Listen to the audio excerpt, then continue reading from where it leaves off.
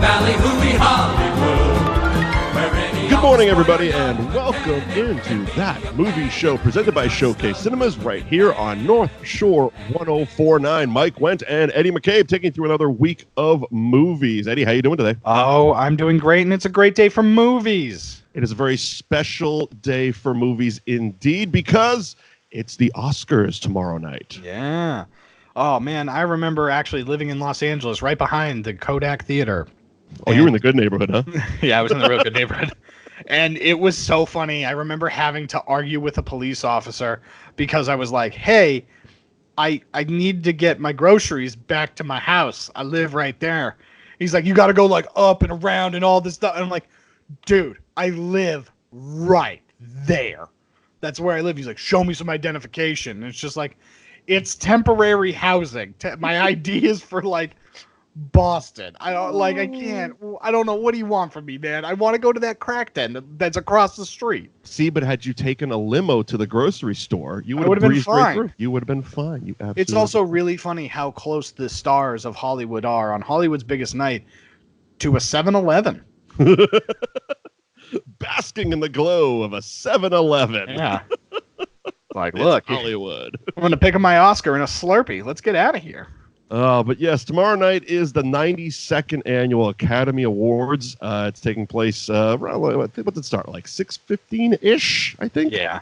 Yeah, that's their time. It's about 8 o'clock our time. Okay, fine. I was reading live. It said Pacific, but it said at the end. That's fine. Moving on. Yeah, you started saying the numbers and then faux pas and realized. Yeah. It happens. The important thing is we are actually streaming on our Facebook page as well, facebook.com/thatmovieshowtv, which once this show ends on the radio at 9:30, jump over to our Facebook because we're going to continue the conversation and we're going to look back at the last 10 years of Best Picture and give you our opinions on which ones are actually the most rewatchable Best Picture nominees. But tomorrow being the Academy Awards, let's jump in to the categories. Eddie, are you ready? I'm born ready. Born ready. Let's start with Best Adapted Eddie. Screenplay. We're not going to run down like all the categories because it's only a half-hour show. And you don't care about the Siestrus Award.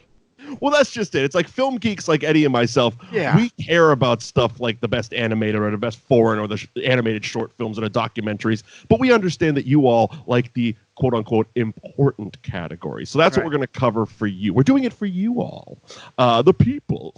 Best Adapted Screenplay. The Irishman, Steve Zissou, based on the book I Hear You Paint Houses. Jojo Rabbit, Taika Waititi. I'm not going to read all the based on things. It's way too many words. Jojo Rabbit, Taika Waititi. Joker by Todd Phillips and Scott Silver. Little Women, Greta Gerwig. And The Two Popes, Anthony McCartan. Eddie, who you got? So, first off, I always find adapted screenplay and original screenplay to have the same type of, like, maddening division that, like, the Golden Globes has when it comes to, like, comedy and stuff. And it's just like, hey, how did Joker get an adapted screenplay when it was an original story based on a character? Why? It was because it actually says based on characters. But it's just like that feels weird. That's nonsensical. But I bet Bill Finger, Bob Kane, and Jerry Robinson don't think it's weird. Yeah, that's who created Joker. Again, I just think it's just a different sort of, because like by the same logic, 1917 on the other side is based off of Sam Mendes' grandfather's stories. True. So by the same logic, this guy actually existed and it's based on his accounts. So how is that not adapted? But the idea of the Joker is. I'm mad. I'm mad about this movie. I don't know. I don't know. You're already getting hot. It's the first category. Joker wasn't good. Joker wasn't a good movie. Okay. And I didn't like it. Agree to disagree. Who do you got in the category though? I think that The Irishman is going to take it. Really? Yeah. I think. I'm not. I mean, I would love The Irishman to win. I love the movie. I just feel that it hasn't been doing anything at these awards. Anything. Hasn't been picking up anything at the awards. It got like best cast for the SAG Awards. That was about it. I would lean. I think a surprise would be Little Women. I think so too. It's a tried and true tale based on a novel, and everybody that's seen it likes it. So I wouldn't fight you on it. But yeah, I think Little Women could be a surprise hit, but I think Joker might get it. Again, I'm going like I would like to see Little Women because I would like to see Greta Gerwig win an Oscar. But my gut tells me Joker's going to win it. See, the problem with Joker is there's no direction. Like, it wasn't written eloquently into the screenplay that, dance like weird on the stairs, right? And so when you're talking about the adapted screenplay, you have to kind of talk about the nuances, or like screenplays in general. You have to talk about how this movie looks on paper, right? And something like Joker, being weird and dancey is not written into the script. The scene is, but it's not detailed in the type of like impactful way that the movie showcases it, where I do think that The Irishman does lend itself to something like that. Or Little Women. I would love to see The Irishman win. I absolutely would love to see The Irishman win. And yeah, okay. I mean, you convinced me, but you didn't have to convince me because I was thinking in the same way, but I was thinking, what's my gut say? Who's actually going to win? And I mean, this is just the year that Joker's the movie to beat. Yeah. Let's move on. Best Original Screenplay. Knives Out, Rian Johnson. Marriage Story, Noah Baumbach. 1917, Sam Mendes and Christy Wilson Caines. Once Upon a Time in Hollywood, Quentin Tarantino. And Parasite, Bo Joon-ho and Han Jin-won. Yeah. So I would love for Knives Out to win. I loved that movie. It was fun. It twisted, it turned. I don't think it has a shot, unfortunately, just because of the other heavy hitters in this. Yeah. Kind of like what I just said. Marriage Story. It's a very, very dialogue-driven movie. And so, yeah, screenplay, dialogue, like it's all out there. 1917, I think, is kind of in the same boat as Knives Out, just because what's really kind of cool about that movie, there aren't so much, it's not in necessarily the writing that makes that movie powerful. It's the way it's filmed, it's the performance, it's the direction, it's the cinematography. Once Upon a Time in Hollywood, well, first of all, everybody loves Quentin Tarantino. And so, I mean, it's his to lose because of that fact. I mean, you got to beat the champ, you know what I mean, if you want to be the champ. And the only person that kind of has an option is Parasite. I think that Parasite is the one that'll win all of these type of awards, but not close the deal. Here's my feeling. I again, I'm going to go with what I want and then what my gut tells me. And I feel that this is a fight between Tarantino and Parasite. And whoever wins Best Original Screenplay, the other one is going to get Best Director. Right. Is what I feel. So I'm going to say Tarantino gets screenplay. Yeah, I'm going to go with, right. I'm going to go with Tarantino on a screenplay. Yeah. And of course, we want to thank our presenting sponsors, Showcase Cinemas. They present That Movie Show right here on North Shore 1049. You should head over to showcasesubscribe.com, get you a subscription to Showcase Subscribe. Plans start as low as $11.95 per month, and you can pick the plan for you. Individual, group, you can gift the plan. It is fantastic. You want to go out, everybody's like, it's around award season. We got to go out and see all the Best Picture nominees. Get Showcase Subscribe, and you can do that very easily. You can get advance tickets. You can pick your seats. It is the easiest way to see movies. Showcase Subscribe. Thank you, Showcase Cinemas, for presenting That Movie Show right here on North Shore 1049. And again, stick around at the end of the show. Go to our Facebook page, facebook.com/thatmovieshowtv, because Eddie and I will be continuing our discussion on the Oscars. We'll be checking out the last 10 years of Best Picture nominees and deciding what was the most rewatchable of Best Picture nominees. Moving on to Best Supporting Actress. We have Kathy Bates in Richard Jewell, Laura Dern in Marriage Story, Scarlett Johansson in Jojo Rabbit, Florence Pugh in Little Women, and Margot Robbie in Bombshell.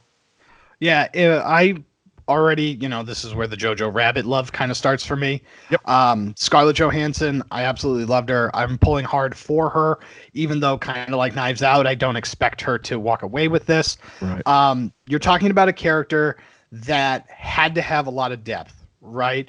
The character had to deal with the reality of World War II and Nazi-occupied Germany, Right. While also trying to, educate her son and like put up appearances. Mhm. And it was so good. It was so complex. It was so emotional. She did a really, really good job. But I do think that Laura Dern just it's hers to lose. Yep. I agree 100% with literally everything you just said. And next week on our podcast, which if you go to thatmovieshow.net, you can get the archives. You can subscribe to the audio channel. On the podcast, Eddie and I will be covering Jojo Rabbit in detail. But yeah, I think it's Laura Dern's award to lose at this point. So Laura Dern for Marriage Story, despite the heart going with Scarlett Johansson. Side topic, have you seen Bombshell? I started watching it, but I'm going to finish it later tonight. Okay, because that's one I haven't caught yet, and I really want to watch that. Yeah. Best Supporting Actor, Tom Hanks, A Beautiful Day in the Neighborhood, and this one, right off the bat, I feel he needs to be disqualified for this. He's literally playing Mr. Rogers in the Mr. Rogers biopic, and he's been nominated for Supporting Actor all year. I'm calling a major BS on this one. Yeah. I love Tom Hanks. He's literally America's sweetheart, but disqualified. Yeah. Anthony Hopkins, The Two Popes, Al Pacino and Joe Pesci for The Irishman, and Brad Pitt for Once Upon a Time in Hollywood. So much to my surprise, I do think that Brad Pitt is going to continue his romp through the awards. Yep. That movie, he is so good in that movie. Yes, he is. It's crazy because the more times I watch it and the more times I think about it, the more I love Once Upon a Time in Hollywood. I rewatched it for the fourth time the other night, like 2 nights ago. And yes, it's one of those movies that, because I liked it when I left the theater. And me and my brother went to see it, and we had the same reaction when we came out. We're both diehard Tarantino guys. But we're like, I liked it. I just don't know why. Right. And upon sitting with it at home, and like I said, rewatching it, I've rewatched it 3 times now. I bought it on Blu-ray. I've rewatched it 3 times. It's just one of those things, the little nuances you pick up throughout the movie. It is such a good story and a well-acted story. And honestly, I could see Brad Pitt accepting speeches till I'm blue in the face. He's been crushing it. Absolutely. The other thing about it too is like the reaction I had, because I had a very similar reaction to the first time that you saw it. Yeah. I think it's because it subverted expectation. Yeah. I think is what it is. Because I was looking for the bonkers nonsense that we had gotten at the end of the movie, right? Well, you were looking for, honestly, I think everybody walked into it looking for the Manson story. This is Quentin Tarantino doing the Manson killings, and we did not get that. Yeah, well, there was that. But again, the end of the movie was Tarantino bonkers. Yes. And I was expecting that throughout the entire movie, and it was just like, no, this is just a movie about an actor in Hollywood. I just happened to do this. And it kind of talks about something that I've always talked about Quentin Tarantino, where he is an A-list director and writer that does B movies, right? like that's what his shtick is. And this was the first time that it was like, oh no, this is going to be the time that I do like a real movie. And I just don't think we were ready for it. At least I wasn't. And then again, it's like the more I sit and the more I think about it and the more I replay it in my head and the more, it's just like, man, I love that movie. Right. I agree 100%. It's kind of like when he's going to be directing 5 episodes of Bounty Law. Oh, the TV show that Rick Dalton stars in Once Upon a Time in Hollywood. I think this is going to be his official branching into being a Netflix director. I hope beyond hope that not only does he do it, but Leonardo DiCaprio signs up, and so does Brad Pitt, and we get like terrible cutting where you can clearly tell that it's Brad Pitt. Yeah, I mean, basically do a Black Dynamite type of thing. Right. Yeah, absolutely. So I think we're both in agreement. Brad Pitt, best supporting actor. Yeah, but I want Joe Pesci to win too. I would love Joe Pesci to win. I want Joe Pesci to win all of these awards, and he just, first of all, he's not showing up, which is, I don't know. I don't know if he's okay or if it's an indication or whatever, but him not showing up and then not winning, it's like, all right, well, I'll take Brad Pitt's acceptance speeches. Yeah, he hasn't shown up for anything though, so I'm not. Not a thing. Yeah, not a thing. All right, best actress in a motion picture. Cynthia Erivo in Harriet. Yeah. Scarlett Johansson in Marriage Story. Saoirse Ronan in Little Women. Charlize Theron in Bombshell, and Renee Zellweger, Judy. Yeah, it's really tough. Renee Zellweger kind of came out of left field with Judy. Very surprising, and she's cleaning up as well. And she kind of crushed it. You know what I mean? And so kind of like what we looked at with La La Land a few years ago, where it's like, it's a Hollywood movie about Hollywood and the Hollywood Award. So I kind of feel like Judy Garland is one of those like Babe Ruth-esque figures in Hollywood. And I wouldn't be surprised if Renee Zellweger, who did crush it, wins this award. If it's not Renee Zellweger, because I agree as well, I think Renee's going to get the award. Who would you go with? So I can never pronounce her first name. Saoirse Ronan? Saoirse Ronan. Little Women, huh? Yeah. You know, I think it's fun. It had a different tone than the one with, what's her name in it? But the older... Winona Ryder. Winona Ryder, that older Little Women. And like 92? Something like that. Yeah. And this movie was fun. It was more fun than I thought it would be. And wasn't it filmed around here? Am I mistaken? Yes. Oh, it was, okay. Yeah. All right. The New England area. The New England area. Best actor in a motion picture. Antonio Banderas, Pain and Glory. Leonardo DiCaprio, Once Upon a Time in Hollywood. Adam Driver, Marriage Story. Joaquin Phoenix, Joker. And Jonathan Pryce, The Two Popes. Do we have to say it? I'm going to root so hard for Leonardo DiCaprio. It's not funny. I would love it, but do we have to say it? Yeah. Joaquin Phoenix is winning this award. Yes. And he's going to give a weird speech that's kind of charming, but also very awkward. Yeah. I mean, here's the reason why it should be Leonardo DiCaprio. Because there's a scene in Once Upon a Time in Hollywood. The Lancer scene. Yes. I forgot what movie I was watching. I was so engrossed in the story that was being told in the film within the film I was watching. Right. That when he broke character, it was so jarring that I was like, oh my God, I'm not watching this weird Western with Leonardo DiCaprio. That I was on board with. This is a scene in the middle of this TV show, right? Like there's zero context as to what's happening in the rest of this TV show. And I'm like, yeah, of course, I'll figure the rest of it out. I just want to see Leonardo DiCaprio be this like bandito or whatever. Whereas the flip side is that Caleb DiCatu. Yeah.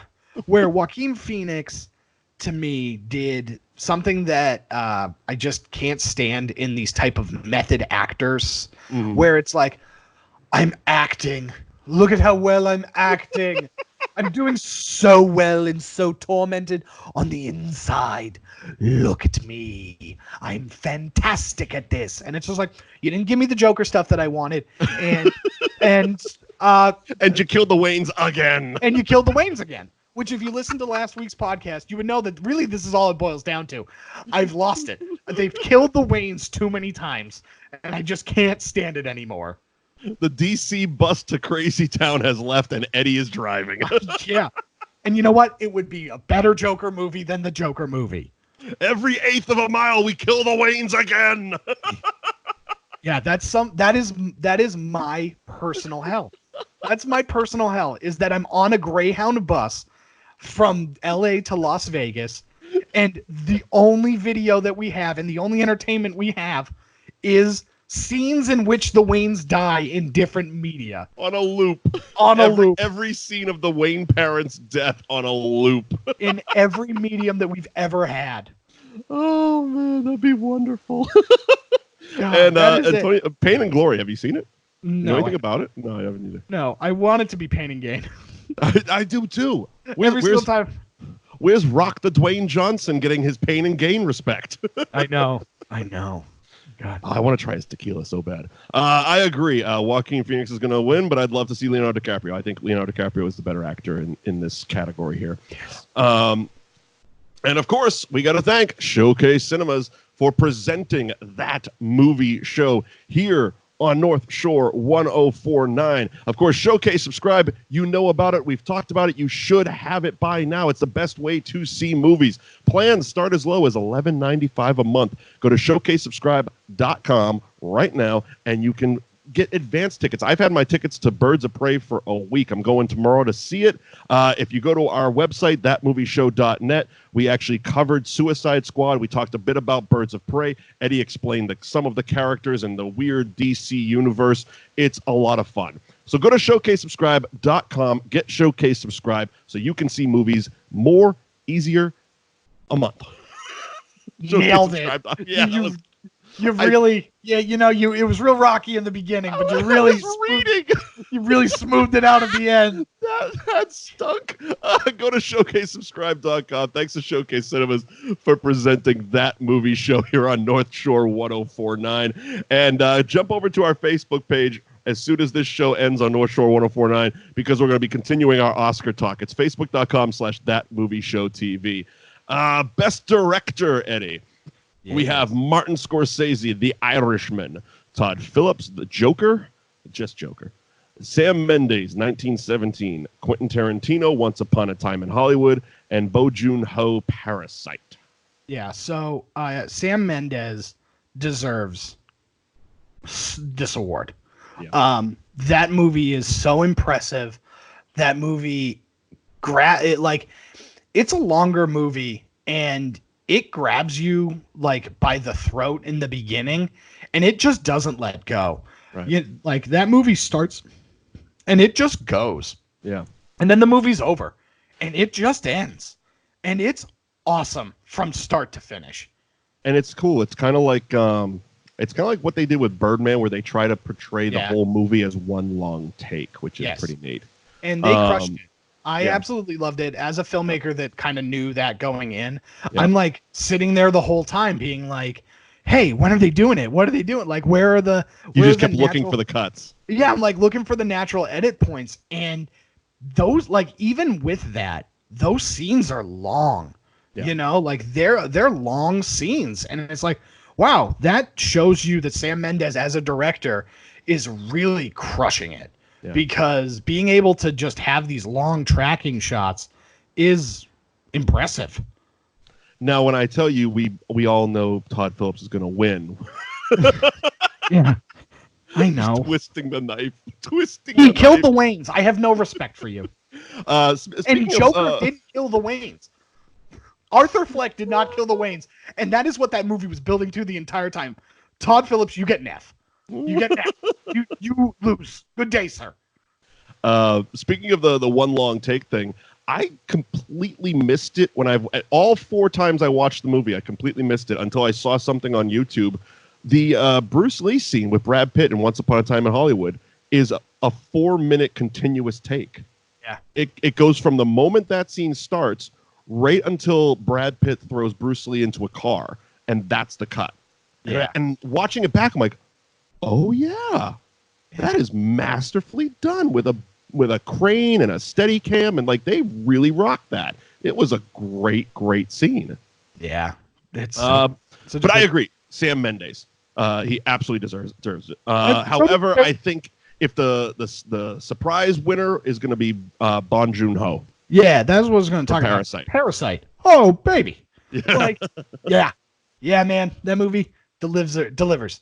That movie delivers. It's people funny. Need to get over the subtitles and watch the movie. Yeah, it's funny. It's dark. It's good. It's a good movie.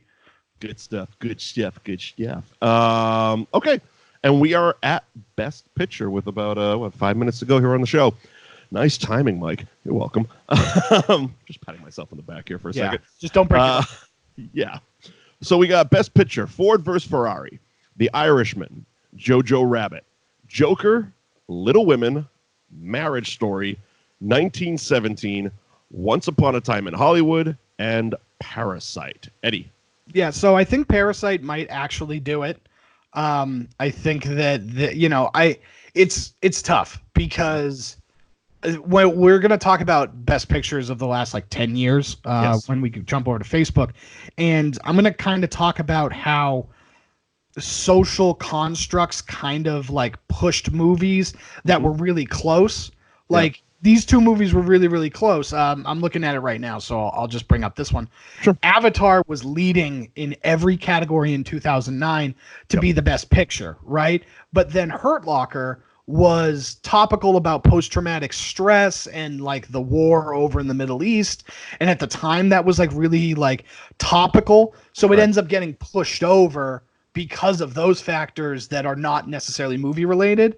Yeah. And so that's kind of how I feel about Parasite. I'm not saying Parasite isn't deserving because it definitely is, but I do think that if it's close between 1917 and Parasite, the Academy is going to go for history over the technically better movie. Right. So do you think it's those are the two dogs in the race, 1917 and Parasite? I do. They're definitely my two dogs in the race. Despite you really wanting Jojo Rabbit to come in a sneak attack. Jojo Rabbit might be my favorite movie, but if I put my analytical filmmaker hat on, the technically better movie is 1917. And I agree. I agree it's between Parasite and 1917. It's one of those weird things, though, because you look at stuff like The Irishman, and The Irishman winning nothing throughout award season is mind-boggling. Absolutely mind-boggling.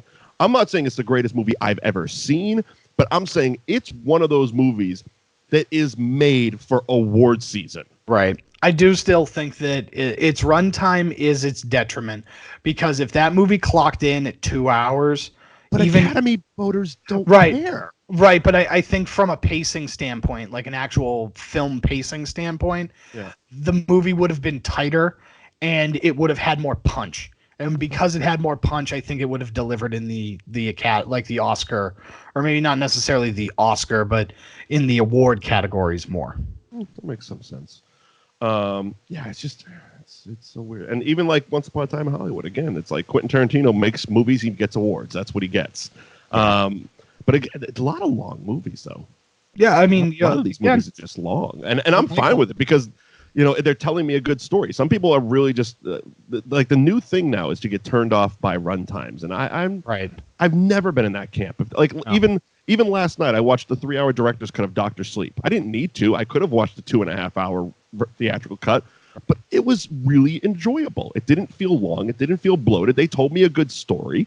Yeah. I'm in for the ride. I know how long this is when I sit down. We also joke about it on this show often with the way the director intended, right? Yeah. But it's like, I like those longer fleshed out versions because it's like, sometimes you get movies like The Town where we added scenes and it was just like, oh yeah, no, it isn't better because we had this extra scene that flushed out why you were going to go beat up this guy. You know what I mean? Like, well, that's the difference between extended cut and director's cut. Right. Which is always a telltale sign if you look at the DVD or the Blu-ray and it says, this is the extended version. It's like the studio just had a bunch of extra scenes and slapped them on there with, copy and paste, as opposed to, like, there was even at the very end of Dr. Sleep, there was like a full screen note from the director thanking everybody. It wasn't, not an after credits scene, but it was like, I actually paused it and read it, and it was very nice how he was like, he was so happy that the studio supported this cut and made this happen. So there was a difference. You're 100% right.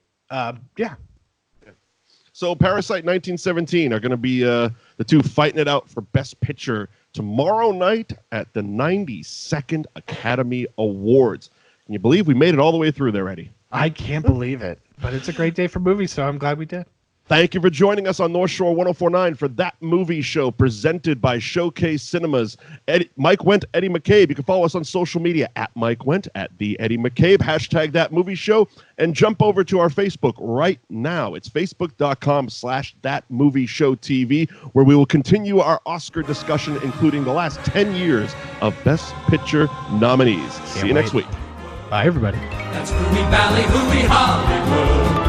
Where any Okay. How was that timing? That was perfect. We timed that out perfectly, and now we're on to Facebook. Yes. Hi, everybody. Hi, Facebook. Hello, everybody. Let me find where's my last 10 years of Oscars? There we go. See, I was smart and pulled it up already. Well, I'm sorry. I got to read the fucking ads. Yeah, you do. And you crushed it, by the way. You know what? I've made it almost a full year of reading that ad, and this is really the first one I feel I botched to hell. But you know what? I recovered. I feel I recovered. I'm going to pat myself on the back again. Good job, Mike. Good job, Mike. You get a sticker. You do. You get a gold star, bud. Why is my gold star brown? Shut up! Yeah, I bought it at Staples. It was going out of business. They're changing names. It's now Staples Connect for some reason. Okay, so for the rest of the show, we're going to be looking at the last 10 years of Best Picture nominees, and Eddie and I are going to dig down and see what we feel the most rewatchable Best Picture nominee was. And most of these, I'm guessing, are not going to be the Best Picture winners. Yeah. Which way do you want to go? Do you want to start at 2009, or you want to end, or do you want to start last year? Let's do it 2009, just because my memory of these movies. One, that's what I have in front of me. Two, those are the movies that I have to think about a little bit more. Right. So. All right, so let's jump into it. By the way, you all should be subscribing to our audio feeds. They are literally on every podcast app. I just read something that Spotify has 200 million subscribers. You all should be subscribing to That Movie Show because we're on Spotify as well. Yeah, I don't care if you listen, just subscribe. Just subscribe and get our numbers up. And go to thatmovieshow.net. The whole archives are there. You can find the audio feed. The cool thing about the audio feed is you also get the radio show, which if you were listening on North Shore and you jumped over to Facebook, hello and welcome, goddammit. Like and comment. Yeah, comment, subscribe. Great. When we set up a Patreon, we'll ask you to send us money. So look forward to that. Yeah, just be lucky we're not doing that yet. Not yet. All right, 2009. That was the 82nd Academy Awards. The Best Picture nominees were Up in the Air, Up, swear to God. Yes. A Serious Man, Precious, based on the novel Push by Sapphire. Go fuck yourself with that title. Inglourious Bastards, An Education, District 9, The Blind Side, Avatar, and Hurt Locker. Now, mind you, 2009 was also the first year they expanded the Best Picture nominee category from 5 to 10. So, right. Yep. Fun. So right away, the movies that kind of jump out to me are Avatar, Up, and Inglourious Bastards. What jumps out to me are A Serious Man and An Education, because I don't remember those at all. I don't remember An Education at all, and A Serious Man was the Coen brothers, and I remember, I think I avoided this movie like the plague. Because I think I might have watched it the day of the Oscars. Precious, based on the novel Push by Sapphire, I watched once, and it is definitely one of those movies that it's heavy, and because it's heavy, I don't want to watch it again. It doesn't mean it's bad. It's just heavy, and it's just no, I'm good, thank you. Yeah, no, and we talked off air. We can bring it up here, and I think we're going to get to Birdman eventually. But fuck these movies with the 40s, the subtitle thing. If you're not going to do it like Birds of Prey did it or like Borat did it, just stop it. Yeah, stop it. At least they're having fun with it. Sure. Like the Fantabulous Emancipation of the One Harley Quinn. That's fucking funny. Okay, yeah, right. That's just them adding stuff so that if they do happen to get nominated, they're going to have to say it. You know, like when fucking Heidi Klum had to say the Borat title, and it's make great memories and educational, informational, the great nation of Kazakhstan. It's like film, like an educational movie film of Kazakhstan or some shit. Something nonsensical. But come on, this is just like, I don't like when they do that. Like Precious would have been fine. You know damn well everyone's going to call the movie Precious, not Precious based on the novel. Oh, did you see Precious based on the novel by Push? No! The novel Push by Sapphire. Yeah, fuck that. Yeah. But those are the ones. I mean, Up is one of my favorite Disney Pixar movies. Mm-hmm. I haven't watched it on Disney Plus yet, but I do like that movie a whole heck of a lot. Up in the Air was really good. That was a movie that I was like, oh, this was a fun one. That was the Clooney one, right? That was the Clooney one where he was like always Reitman, traveling. Yeah. And it was good. It was pretty good. Inglourious Bastards. I mean, that's my pick for this. Yeah. For most rewatchable, I'm looking at movies that I've rewatched the most. Right. And I mean, I would say definitely Inglourious Bastards. Right. it's so rewatchable. Yeah, I mean the amount of times, the amount of times I get introduced by somebody to another person, and I just look at them and go, "Buongiorno." Yep. You know what I mean? Yep. Or the amount of times that I go, somebody goes 3, and I go, this is the German 3. 3 glazers. Yeah. This is not the German 3. This is so. I'd have to agree. I think Inglourious Bastards is the one. I also find it funny how few people pick up the reference in Once Upon a Time in Hollywood, at least people that I've talked to, when they're running down the movies that Rick made in Italy, and the very last one is directed by Antonio Margheriti, which was fucking one. It wasn't Eli Roth, it wasn't Brad Pitt, it was the other guy. I forget his fucking name. No. He was the guy from Death Proof. Yeah, it was Eli Roth's buddy in Death Proof. Yes. I think it's maybe Omar. Yeah, okay. I'm thinking Omar Doom might actually be his name. Okay. But he was Antonio Margheriti, I believe. Yeah. That was his name. That was the name. Margheriti. No, that was Eli Roth. Eli Roth was Margheriti. I was trying to think who sang it. Margheriti. Omar was Dominic DeCocco. Dominic DeCocco. Yeah, that's right. And then Gorlame. Gorlame. I don't speak Italian. I said third mouse. Just shut the fuck up. You'll be fine. Yeah, just keep your mouth shut. Yeah, so I would agree. Inglourious Bastards has to be the most rewatchable from 2009. All right. Yeah, man, I don't think I've watched Avatar since it was in the theater. It was one of the first movies I bought on Blu-ray just for spectacle. Same here, but I've never opened it. Oh, I opened it and watched it. I haven't watched it. It's like a 14-disc set, and I've never watched the fucker. 2010, the 83rd Academy Awards. Let's see. Winter's Bone. That sounds sexy. True Grit, Toy Story 3, The Social Network, The Kids Are All Right, Inception, The Fighter, Black Swan, 127 Hours, and The King's Speech. This fucking category is dark.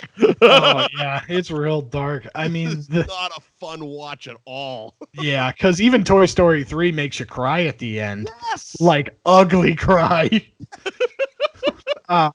But, I mean, the winner here is definitely Inception, right? It has to be, right? I mean, that movie's on USA, TNT all the time. And people I'd say watching. Close second would probably be Social Network for me. Yeah, see, I rewatched that earlier this year, and it's surprisingly rewatchable. Yeah, I like Toy Story 3 out of the, in the 2 spot just because that Lotso hugging bear, very fun villain character.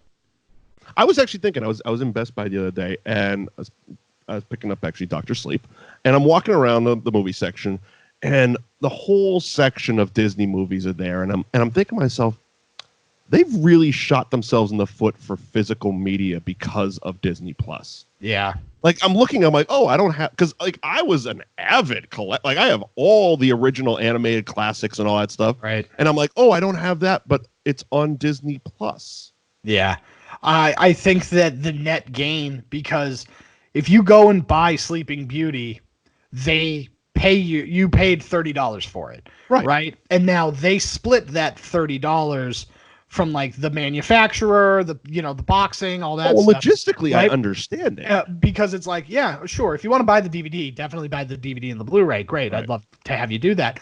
But I would rather have you subscribe to Disney Plus because I get all of your $10 for all of time. Yeah. And I agree. And financially and as a business side of things, I completely understand it. It was just weird to be walking by going like, I don't have that one. I don't need that one. Yeah, you know what I mean? Right. I don't need it. I can go home and watch it on my phone like the director intended. Yeah. Let's see. So Inception was that one. Yeah. 2011, the 84th Academy Awards. One of these years I'm going to get fucking hired to be that guy. I'm really trying. Really you're working on it. I got you. Trying to pronounce names correctly, not curse too much on the radio show.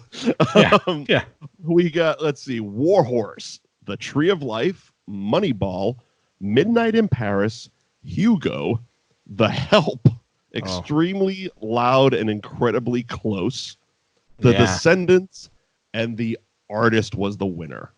So first of all, we haven't been saying which ones won, by the way. The 2009 Hurt Locker won Best Picture, and 2010 The King's Speech won. This year, The Artist won. 2011. All of these movies are the same level of rewatchable for me. Yeah, they're not. It is not a good movie. It is not a good year. But The Artist was my favorite movie of this year. I fucking loved me some Artist, man. But it's a silent movie. That's not like, hey, you want to come on over, hang out, crack a couple beers, and watch The Artist? Yeah, yeah. Like, but I loved that fucking movie, man. Because Tree of Life, woof. Oh my God, yeah. Terrence Malick, we get it. And then Steven Spielberg and Warhorse, that was nonsense. Martin Scorsese thought he'd do a kids movie for some reason. The Help was fine. Help. I mean, that's not like I'm gonna run out and watch The Help. Right. You know? I don't even remember The Descendants. Let me see what The Descendants. All I can think of is the Disney Channel original movie series. Yeah, it's another Clooney one. Yeah. Directed by Alexander Payne. I do remember that one. I would say probably Moneyball. Yeah, Moneyball or Midnight in Paris. Gotta be Moneyball. I mean, Brad Pitt and Jonah Hill are kind of charming in it, and it's not directed by Woody Allen. It's true. Which Midnight in Paris. I'm gonna agree with you, Moneyball. All right, so Moneyball in that really rough category. Yeah. 2012, 85th Academy Awards. Zero Dark 30, Silver Linings Playbook, Lincoln, Life of Pi, Les Miserables, the Django Unchained, Beasts of the Southern Wild, Amour, and the winner of that year was Argo. Yeah, Argo was such a good movie. It was good. Silver Lining Playbook was great. I watched Zero Dark 30 I think twice, and it's good, but it's heavy. Lincoln's Lincoln. So Lincoln, now I can talk about it because it's the same. It's the issue that I have. Daniel Day-Lewis in Lincoln is the same problem that I have with Joaquin Phoenix in Joker, because Lincoln, the entire movie just sets him up to sit in a chair and just like monologue, and it's like you're just sitting there and being like Daniel Day-Lewis, just being like, look at me act as Lincoln. I was dressed as Lincoln for a year and a half, and I drove my wife nuts, and I drove everybody nuts because I had to have them call me Abraham. And it's just like, dude, this movie blows. This movie is too long. And you're not like, you're just going for the Oscar, and that doesn't inherently make it a good movie. I watched it in an art house theater with two of my buddies, and at one point Lincoln sits down and one of the senators just looks at him and he goes, he's doing it again, and just leaves. And my buddy stands up and he goes, that's exactly how I feel. And that's how I felt. He seems like a nightmare to work with. Yeah. No, like, I mean, you hear stuff about, like, we covered Suicide Squad last week on the podcast, and I read a bunch of stuff looking for any kind of trivia facts or stuff, and Jared Leto was an asshole. Like, he was sending, like, dead animals and boxes of shit to the different cast members because he was trying to be in character and stuff. But, I mean, I'll take a box of shit in the mail over working with Daniel Day-Lewis any day of the week. Like, he just seems like, it's like, come on, man. Yeah. You know? Well, yeah, you're not actually a dead president. Stop it. Right. You know, it's like I watched that. I watched the Jim Carrey Man on the Moon documentary on Netflix. Right. And my overall feeling was, what an asshole. Yeah. Because you know who doesn't do stuff like that? Keanu Reeves. You know who we all love? Keanu Reeves. Stop your watches. You knew he was getting in here somewhere. You know who doesn't do that? Rick fucking Dalton. Yeah, Rick Dalton doesn't do that. You know, Leonardo DiCaprio doesn't do that shit. Like, when was the last time, like, Leonardo DiCaprio you saw was like, yeah, I had to get mauled by a bear, so I lived with a bear that just mauled me every morning just because I needed to know what that felt like. It's like, no, he went in there, turned out a performance, and was just like, no, I'm actually just really good at this. So, collected his check, hopped back on his yacht with his supermodel girlfriend, and rode the world for a year. McGuire because they're best friends for some reason. And it's just like, no, you know what? Leonardo DiCaprio was a better actor than Daniel Day-Lewis. I agree. So Django? Django.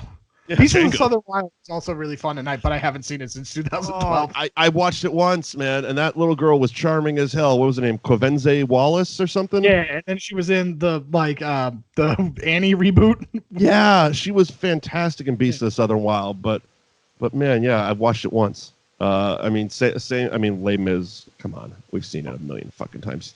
We get it, Hugh Jackman, you can sing. Wasn't he in that one?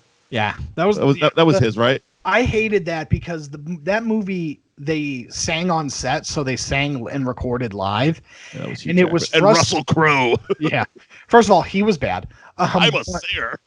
Yeah, but you look at that movie and they locked off every shot that somebody sang. So it wasn't dynamic at all. And the framing of the I Dreamed a Dream from Anne Hathaway, she was on the wrong side of the frame, and it drives me nuts to this day. Okay, fair enough. There you go. Fair enough. Technical gripes. Life of Pi, I don't remember.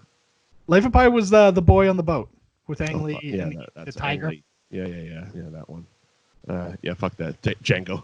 Yeah, Django followed by Silver Linings Playbook, but that's even that one has some depression triggers. Actually, you know what? Django followed by probably Argo. Yeah, Argo. Probably Argo would be second. I wrote a sketch that I always thought would be really funny, where it was taking. Luckily, we have the time on this podcast. Yeah, I know. So the sketch I wrote is an Argo trailer parody, where it is people that are Boston Red Sox fans during the 2004 ALCS, but they're in New York City. Clever. I like that. I know exactly what you're saying, and I like that.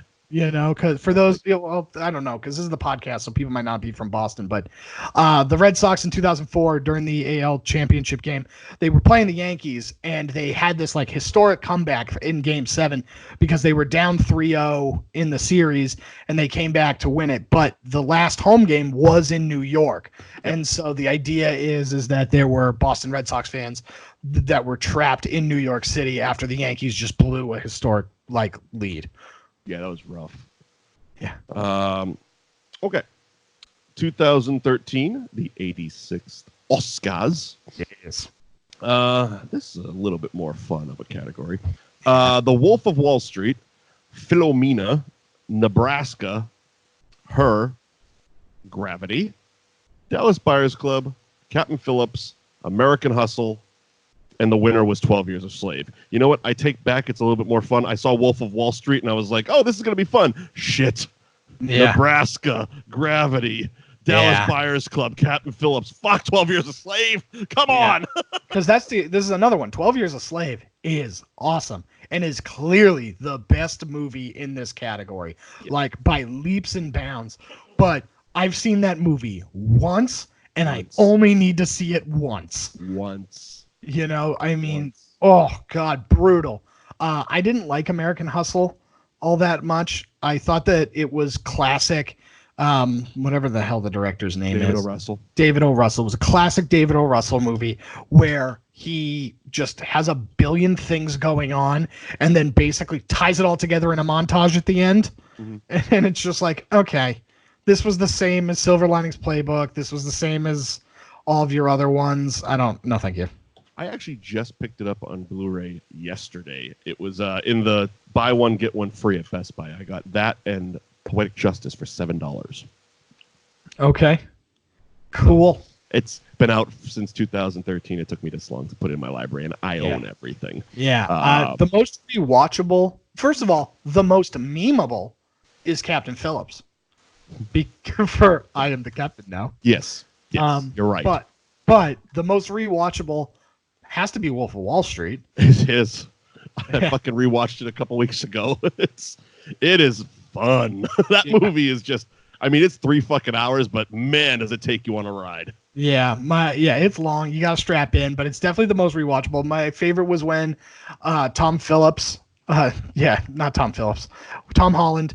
When they said that Spider-Man was coming back to the MCU, and it was the scene where Leonardo DiCaprio's just running around going, "I'm not fucking leaving." Yeah. I'm not fucking leaving. That movie is bonkers. And It it's so is. funny because it's a movie about excess that in and of itself is excess. Yes. And it's just so nonsensical when they're like, yeah, and this is the plane that's going to get us out of here. And then the plane blows up. It's just like, this movie's bananas. It is, it's basically like what Fear and Loathing in Las Vegas was to acid, this is to cocaine. Yeah. And Quake. Neither one of them you can really, despite being based on true shit, you can't really trust the narrator of this story. No, not at all. Because Not when the at plane all. explodes, he's literally sitting there in his head narrating, going, Jesus, did I just see that? Yeah, right. Right. Underrated rewatchable is Her. I like Her. Yeah, that's a fun movie. It's a good I like movie. Her. Okay, so that's 2013. Moving on to 2014, the 87th Academy Awards.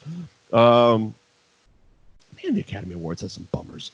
Whiplash, Theory of Everything, Selma, The Imitation Game, The Grand Budapest Hotel, Boyhood, American Sniper, and Birdman or The Unexpected Virtue of Ignorance. Fuck that title. Yeah. Birdman was really good. It was really fun. I really liked it.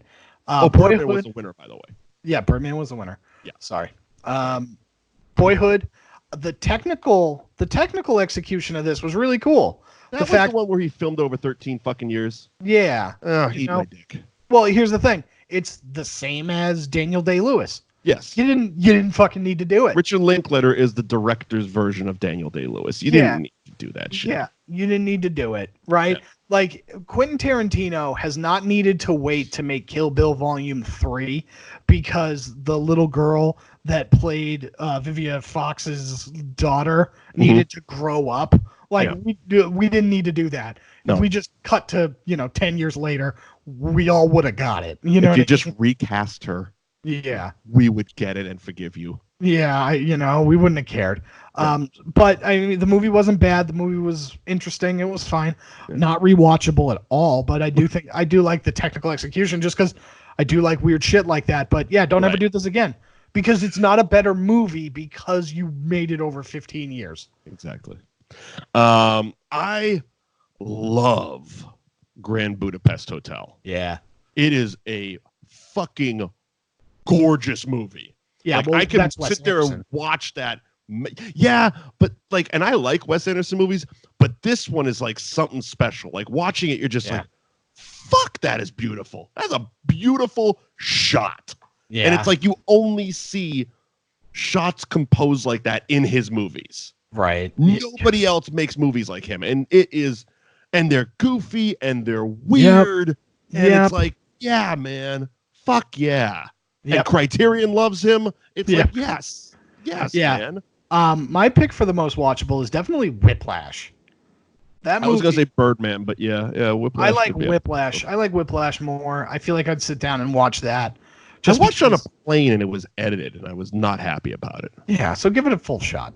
Yeah, maybe after I watch Marriage Story, I'll double down with Whiplash. Yeah, you should. Yeah, double down with Whiplash because you'll get Whiplash from Marriage Story. God damn. Yeah. So, I'd go Birdman or Grand Budapest. I think I have to give Whiplash another try, and you're going with Whiplash. Mm-hmm. All right.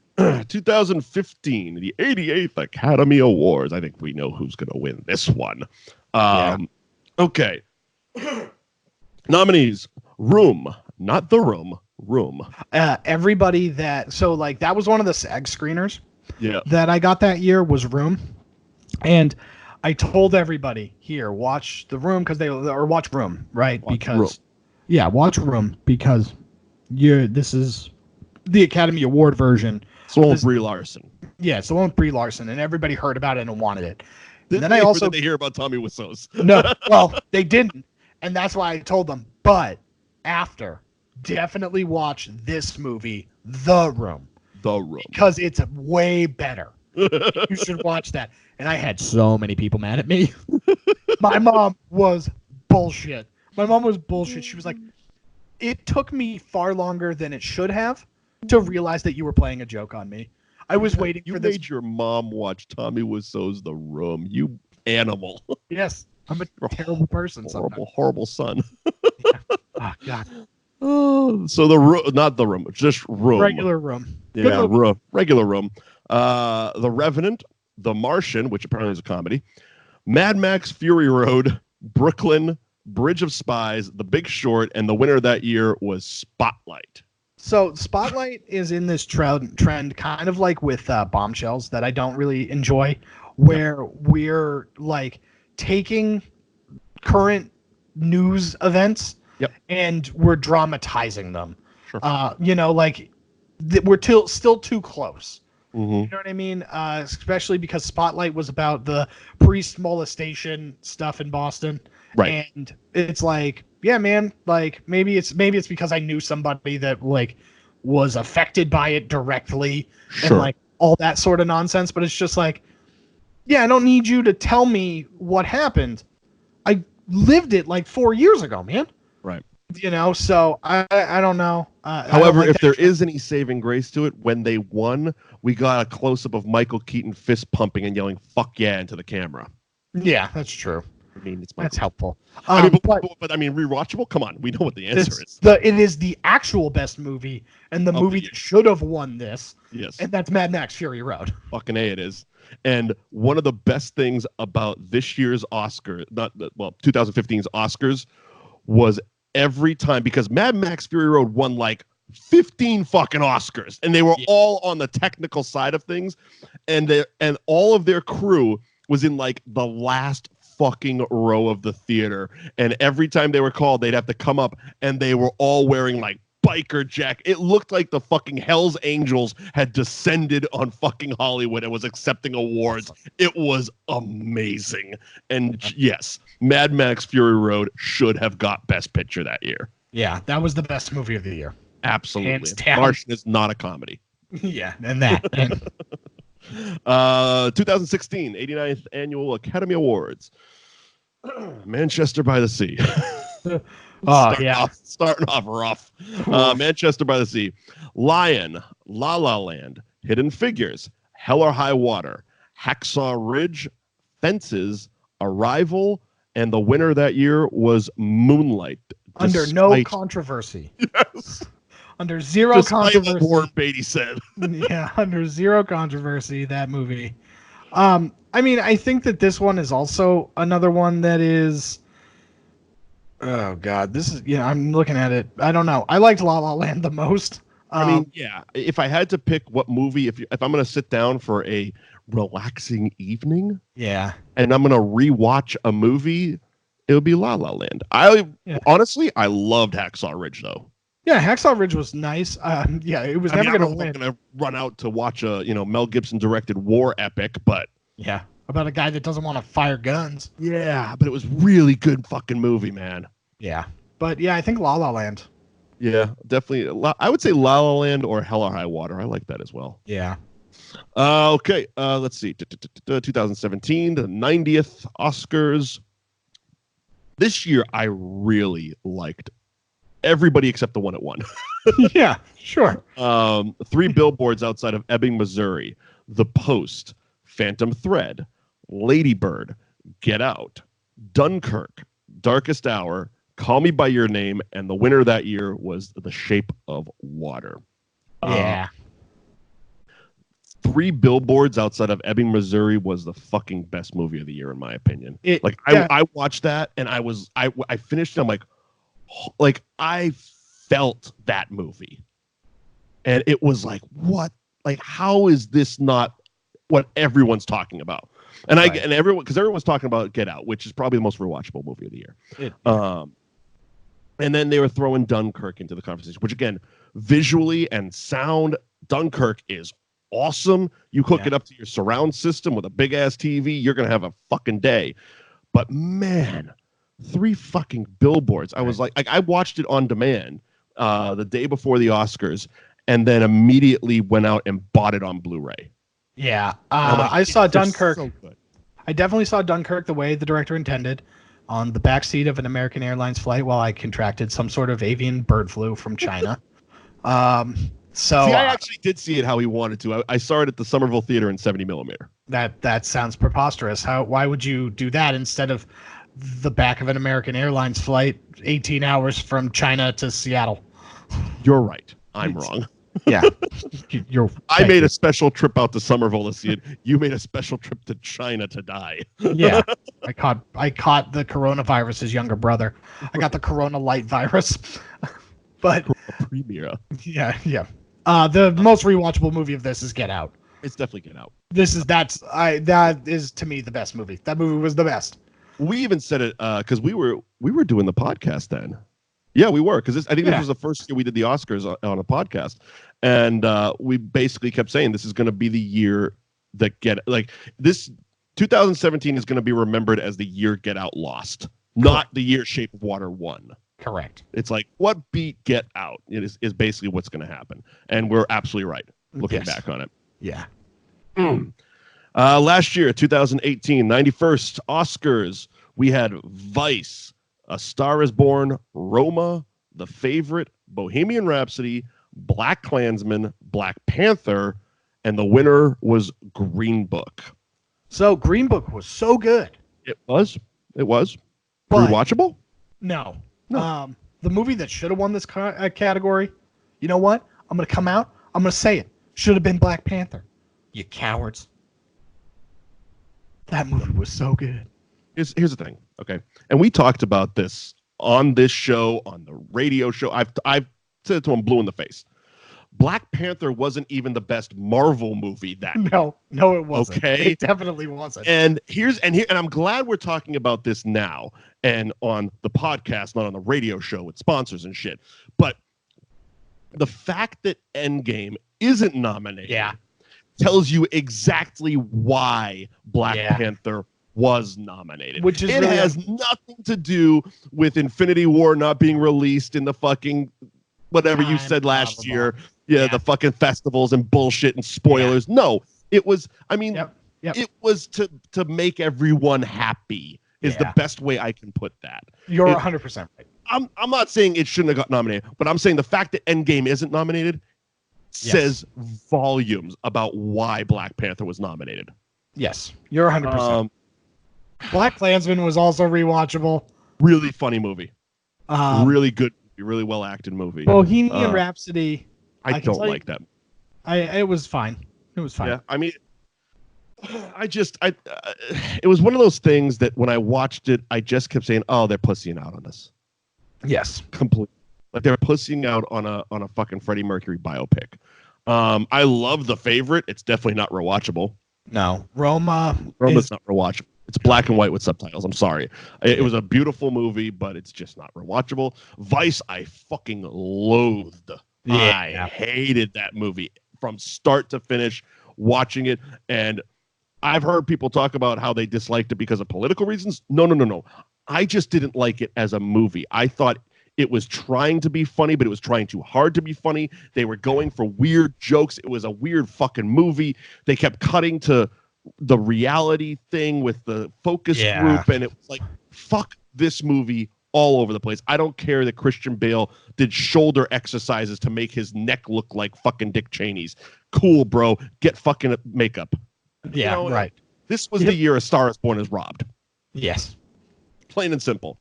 Yeah. Like, for me, I know that I personally have probably watched that movie like 5 times, maybe 6 times. Right. And it was like, that was my movie of the year. It's not the most fun, especially towards the end. No. But I mean, I would say a movie like that with 90% of it being enjoyable, rewatchable without digging too deep into the depression side of it. Yeah, I think that one, or maybe Black Klansman. Well, I'm sorry. I keep looking past it because I was so angry about Endgame. Black Panther is the most rewatchable. Yeah, movie. It's Black Panther. Yes. Okay. For what we're doing, again, see what happened? I went back a year, and all of a sudden I'm blinded by A Star is Born. That's all I want to talk about. Yeah, Black right. Panther. Because all of those points are right, especially because it's like, Black Panther is not the best Marvel movie that year. No. Endgame, not Endgame. Infinity War comes out a couple months later. Right. And so it's just like, I think even Thor. Ragnarok was at the end of that year as well.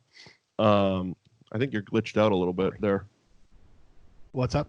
Yeah, you glitched out a little bit, but Ragnarok was November of that year. Yeah, Ragnarok was November of that year, so it was even in between the two of them. I mean, basically, you know what I mean? it would be like if they nominated a Marvel movie this year, it would have been Captain Marvel. Yeah, right. It's like, okay, cool. For the ladies. Yeah. But Black Panther's definitely the most rewatchable. Get Disney Plus because it's the best streaming service ever. And they confirmed Mandalorian season 2, so yay. Right. I mean that's now it. we're current. We're current. Have you seen all of them? All of this year's nominees? I didn't see Ford versus Ferrari because I have zero interest. I haven't seen it. I actually want to see it. It looks like a good movie. Damon and Christian Bale actually look like they play well with each other, but that's what I'll probably get to when it hits streaming. Little Women I'll probably get to again when it hits streaming. I told you I'm making a fucking pulled pork fucking pizza and watching Marriage Story tonight. Yikes. I'm gonna be comfort eating my pain tonight. But for rewatchable, I think it has to be fucking Once Upon a Time in Hollywood for me because I've already rewatched it 4 times. Right. And it's a 3 fucking hour long movie. Yeah, Jojo Rabbit. Jojo Rabbit for you. Gotcha. Yeah. Not Joker? Not Joker. Not just a Wayne death Joker? God, I'm telling you, that is a circle. That is my personal hell. It's gonna be whatever that stupid video game is with Penn and Teller, where you desert bus drive from fucking LA to Vegas, and you have to actually drive the bus or you have to start over, and it's in real time, and I just have to sit there on that hot Greyhound bus with a bunch of nanas, and the only thing that we have is just those stupid monitors that just play every version of the Wayne's dying. And then just to fuck with me, there's going to be one where it's Terry McGinnis and it's his dad dying. And he is Batman Beyond. Oh. So you know what? I think I might have to get to editing because that might be next year's Christmas watch along. Just me progressively losing my mind watching every version of the Waynes die. Yeah, sure. I think we have to do it. Yeah, sure. That'll do it, though. Thank you for joining us on this Oscar special here on That Movie Show. Mike Wendt and Eddie McCabe. You can follow us on social media at Mike Wendt, at the Eddie McCabe, hashtag That Movie Show. The website, thatmovieshow.net. It has the archives. It has the audio feed where you can subscribe, which you can subscribe on any podcast app. You also will get the radio show on Saturday mornings. Facebook page, facebook.com/thatmovieshowtv, where we post videos. We post all kinds of fun stuff and things. And next week, Eddie, we are doing Jojo Rabbit, so we should be happy then. Yeah, at least I'll be happy then. Jojo Rabbit is up next. See you then. Bye, everybody. That's Hooey Valley, Hooey Hollywood, where any office boy